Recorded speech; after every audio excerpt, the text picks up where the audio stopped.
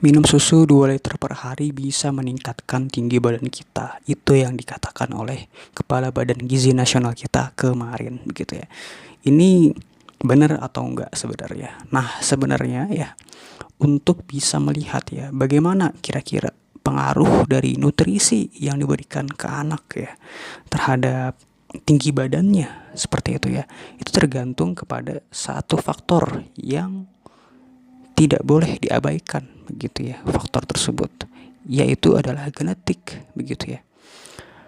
Patut diketahui ya bahwa rata-rata tinggi orang Indonesia itu punya potensi tertentu ya dalam genetiknya yang membatasi ya potensi itu, sehingga tinggi badan orang Indonesia itu ada pada suatu batas tertentu, gitu ya. Jadi istilahnya genetik itu fungsinya adalah untuk mengetahui potensi ya. Contohnya aja, genetik orang Indonesia ya kurang lebih tinggi badannya sekitar 160 sampai 170 ya. Itu kebanyakan orang Indonesia tingginya segitu. Nah, itu adalah potensi batas paling atas yang bisa dicapai oleh orang Indonesia itu rata-rata segitu ya.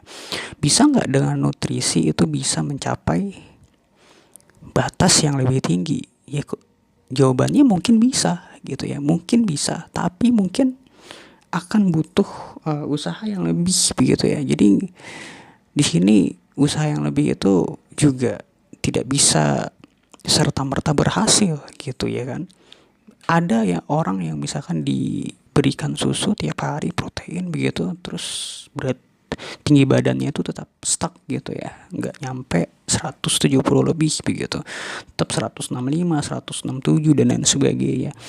Nah, itu sebenarnya jadi hal yang harus juga diperhatikan ya eh, dalam upaya untuk contohnya bisa meningkatkan tinggi badan ya buat kamu-kamu yang masih contohnya masih remaja begitu ya. Ada batas potensi dalam genetik kita yang membatasi diri kita tuh fisiknya bisa sebagaimana gitu ya, besar ya. Contohnya ya seperti tinggi badan tadi, orang Eropa batas potensi tinggi badannya itu lebih tinggi daripada kebanyakan orang Indonesia. Tapi apakah batas itu juga bisa diperlebar? Bisa, tentu saja. Tapi tidak instan gitu ya.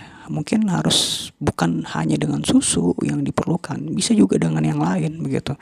Jadi ini sebenarnya debatable gitu ya, bisa dikritisi lagi penyataannya. Jadi nggak cuma minum susu 2 liter per hari aja gitu ya.